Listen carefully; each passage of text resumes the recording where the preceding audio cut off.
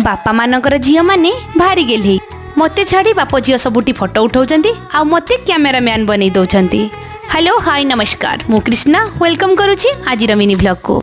मामू माई को सांगरे नहीं आज आम आसीथिलु बेंगलोर जनाशुना फिनिक्स मॉल बुलाबुली आउ किछि किणाकिणी करबा परे कुहुर नजर जाई पड़थिला मिनिसो स्टोर उपरे।